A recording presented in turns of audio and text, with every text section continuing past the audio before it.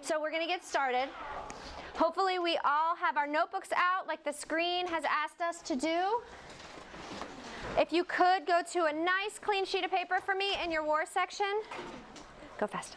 And then what I really want to make sure we do really well today is that we have quick and quiet transitions. So when we move to the meeting space, quick and quiet. When we move back to our seats, quick and quiet. When we move over to get our short stories, quick and quiet.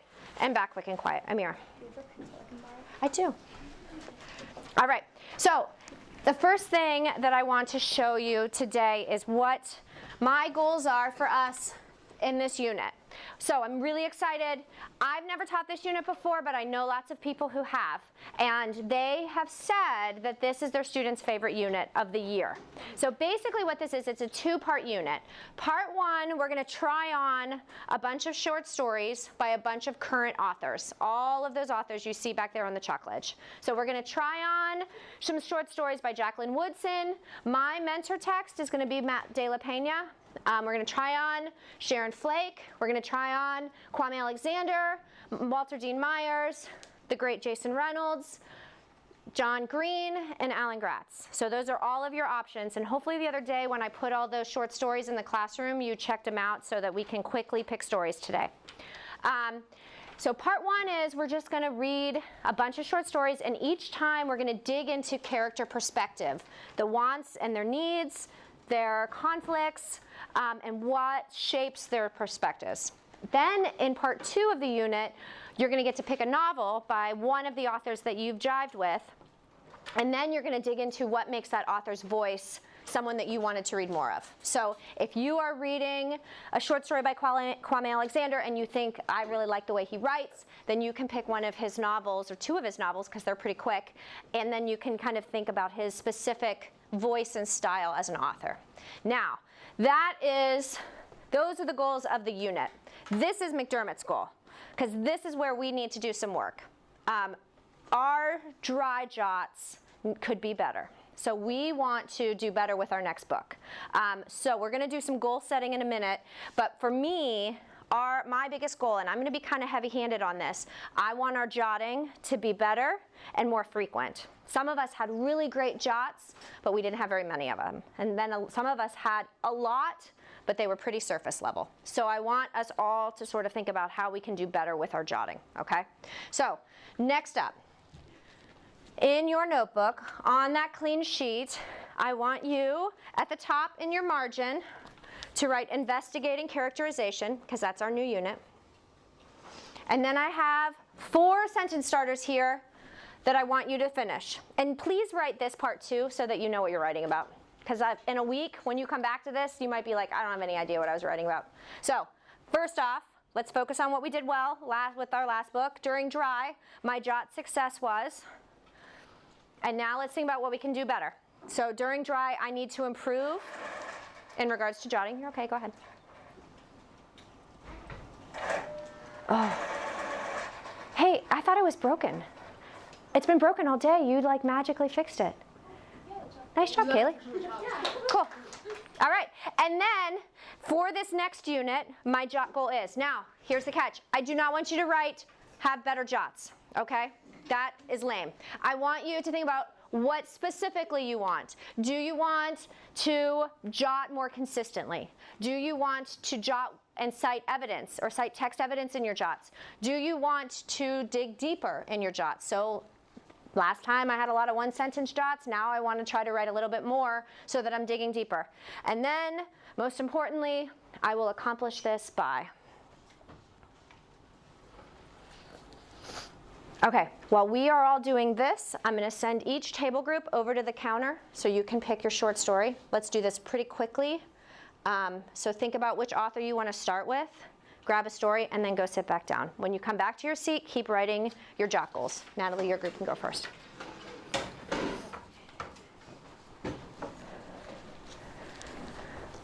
Hey, I like that you pulled that out.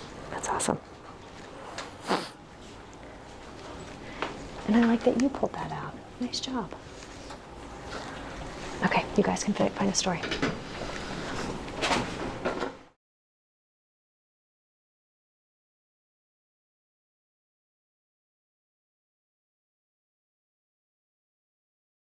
So while some of us are finishing, I'm going to start talking. So I am going to do mostly a read aloud today. We won't have much time to really dig into our stories because most of the class time in the meeting space will be in read aloud. No. So my mentor text is a short story by one of the authors in the back ledge named Matt De La Pena.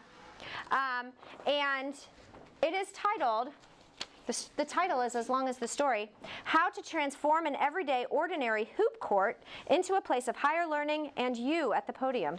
So that is the title. Super long title, but I think that you will like this story a lot. So the thing I want to start with today is how many of you, like myself, have read one book by an author and then you enjoyed it so much that you then picked other books by the author. And not necessarily just a series, but like something separate of that author. Now, why do we do that? Why do we go to another book by the same author, Amira? Because like we get like knowledge of how the author writes. So if we like how that author writes, then we'll read another book by them because most likely their writing style hasn't changed. Okay, so it's because of their writing style. We like the way that they sound. We like the way that their voice comes across. We like the different things that they do. For example, Kwame Alexander writes all of his books in free verse, and that's kind of fun to read because you don't get lost in a lot of text. You just get to this beautiful story quickly. Natalie? If an author mostly writes in one genre and you really like that genre, they'll mostly have the same writing style and it'll be what you want. Right, and so then you like to stay in that genre as well. Aiden, what were you going to say? You don't want to be let down by other people's Ooh, books. that's true. It's a comfort zone. It's like a friendship. You know that you can trust this person, and so you'll stick with them. That's a good point. So you guys know I love Jason Reynolds. He's my favorite author. I realized I've read everything back there except for I haven't read The Boy in the Black Suit, so I'll have to add that to my list in my notebook when I get a chance. So I really like his storytelling. I've seen him speak, I think, twice. I love the way he is telling a story out loud. I love the way that he writes a story in his books. So I will continue to read everything that he writes. I really love his voice. So this unit is so cool because we get to do that. So you're going to read a bunch of short pieces, and then you're going to think, which author did I like the best? And then you can kind of pick a longer book by that person to study, okay? So in our read aloud today, I am going to stop a good amount to have you turn and talk, and I'm going to stop a couple of times because I'm going to give you 3 tips to make your jots better, all right? And these are tips I think will be really helpful because I still think a lot of us are like, I don't know what to jot. So I have 3 specific tips to help us with our jotting. Amira? Are we jotting while we're reading? Yes. So while I'm reading the story, I want you writing down anything that you kind of take away about the main character's perspective. What's his perspective on life? What's his perspective on the world? What kind of person is he? So anything that you think of that you can see in this character, I want you to write down, okay? All right. How to transform an everyday, ordinary hoop court into a place of higher learning and you at the podium. It's finally summer. Go ahead, take a deep breath. You're free. All year long, your mom has been on you like glue about algebra worksheets and science fair projects and the knee-high stack of books Mrs. Baker assigned for English class. And you did what you had to do. 2 A's and 4 B's. Truth is, you're actually pretty smart. School comes easy. Hey, so far, did anybody pick up on that one word that I keep telling you you're not allowed to use? You. Yes. I want you to think about, while I keep reading today, and we're going to come back to this at the very end of today's reading, why is he using you? What does this sound and feel like? What does this short story sound and feel like? So really think about this use of you. He's talking about us. He, maybe. Keep that, spin that around and see if that's what you think at the end. Okay. You told Baker in that end of the year 5-page paper what was up with Esperanza's dream and the symbolism of the Mango Street house. And you pulled down a 96%, second highest grade in the class. But even as you typed out that essay, you had an indoor-outdoor in your lap. Between sentences, you daydreamed finger rolls over outstretched hands. So we have a story about what sport here? Basketball. And we have a couple basketball like jargon terms that he uses. Do I have any basketball players in here? Okay, cool. So when he says, Michael, you have an indoor-outdoor in your lap, what's he talking about? What? It's his ball. It's just one of those like balls that can be used both inside and outside. Now, if he says you daydream of finger rolls over your outstretched hands, what's he doing? You want to show us? Close, close. That's a layup. Anybody? Finger rolls when you come up underneath, and it's like you get fouled less, and you have to be a pretty good basketball player. I played basketball a long time, and I never mastered a finger roll that didn't look kind of bad. Yeah, I did. Back when I was young, like you guys. All right, sorry, Aiden. Oh, I read that one. All right, back into the story. So here what's all that hardcore homework pushers, see here what all those hardcore homework pushers don't get. For people like you, ball is more than just ball. It's a way out. A path to those tree-lined lives they always show on TV. You've crunched the numbers and read the tea leaves. Fact is, you'll never hit the books as hard as boy genius Jeremiah Villa, Sylvia Diaz either. Even your boyfriend Cisco from down the hall. There are folks in this world who live to mark up a fat world history textbook with an arsenal of colored highlighters. You're not one of them. You spend too much time on back alley ball handling drills to compete. Nah, basketball, the game of basketball is your best chance. All right, turn and talk to your neighbor. What have you written down so far? What is his perspective? Second person he's and then it's about All right, what are we thinking? I'm just guessing it's the narrator. Okay. What are we learning about him so far? Like, is he the person that's That's a good question to have. Is he the person that he's writing to, right? Yeah. We don't know. What do you think? Sometimes I write to myself. Okay. What are you thinking, Ian? Like any details? What have you noticed about him? It's probably the you is just he's talking about someone else, but it's not about us, but he's talking to him. Okay. Interesting. All right. So the one thing I heard some of us already starting to make some guesses on this purpose of the you, and some of us are saying it sounds like he isn't necessarily talking to us, but maybe he's talking to someone. Some of us sort of thought maybe it sounds like he's writing to himself, like in a diary. So keep thinking about this purpose of second person, all right? Whoops, I went to the wrong page. For the past 3 years, you've spent every free minute bawling in an outdoor court down the street from your building. After school, after games, weekends, you name it.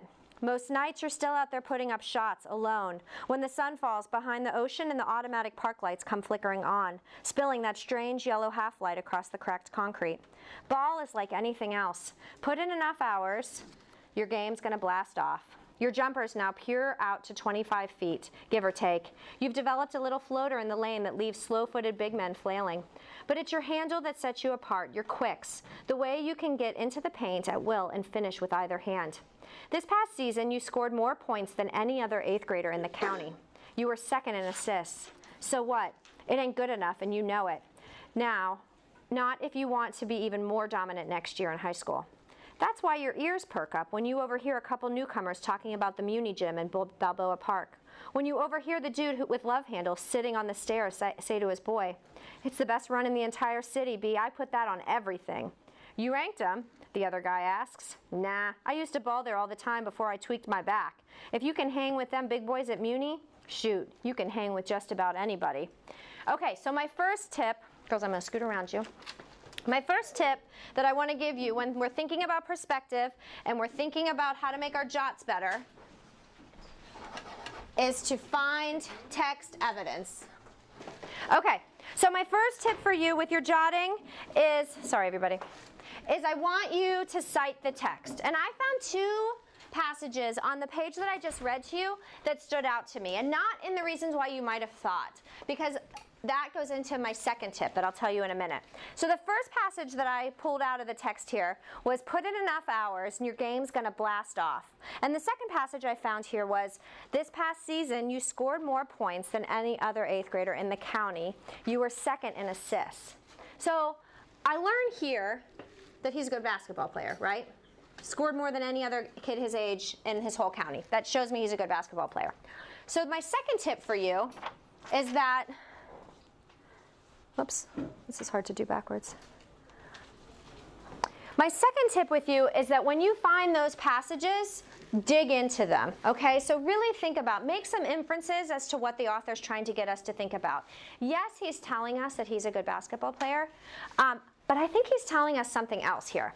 So when I look at both of these passages and I dig in a little bit more, put in enough hours stands out to me, and actually second in assist stands out to me. Because I played a lot of basketball, and I played with a lot of people that were the top scorers.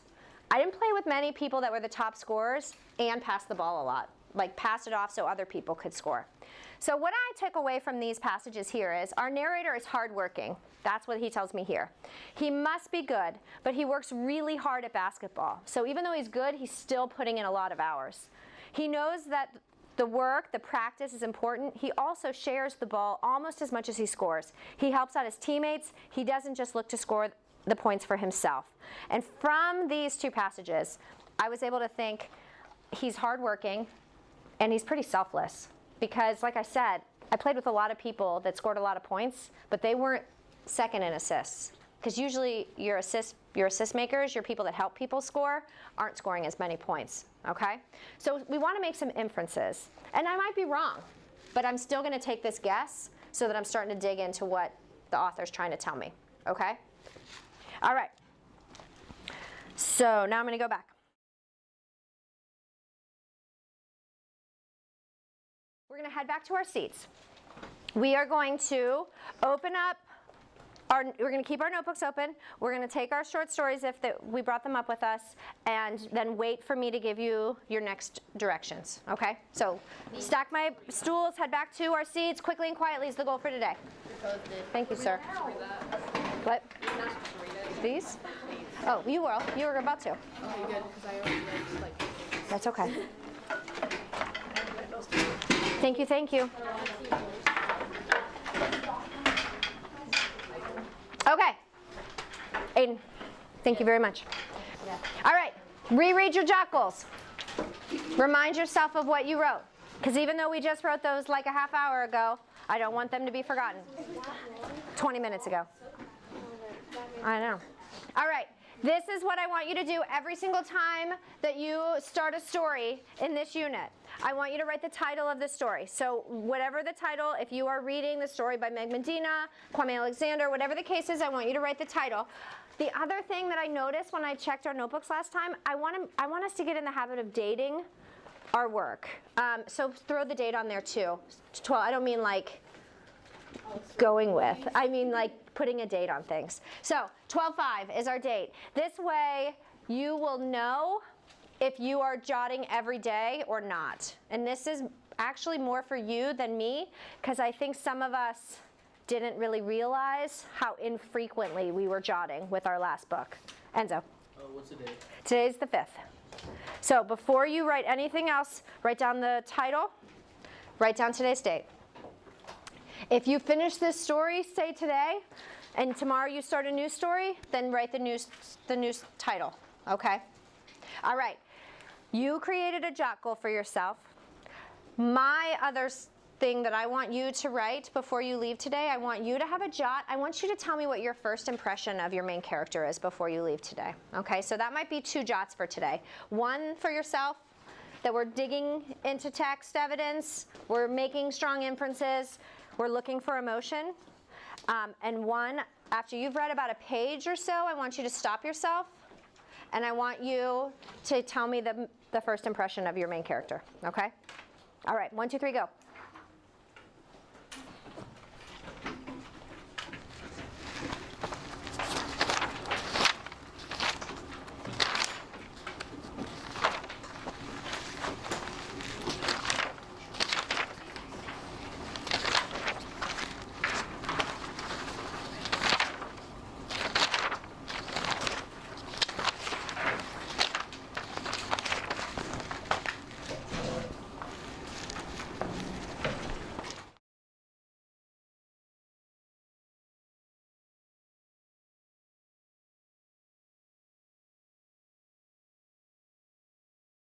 We are at that time that we need to clean up.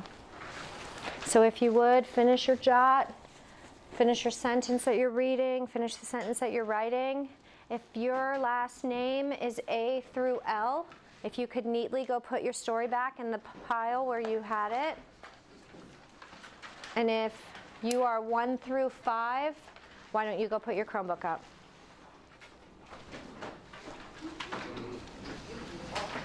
I'm going to write a note for you.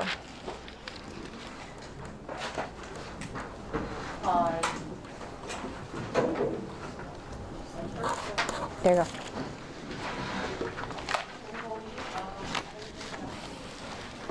Okay, if you are the second half of the alphabet, you can go put your story up, and if you are 6 through 10, you can go put your Chromebook up.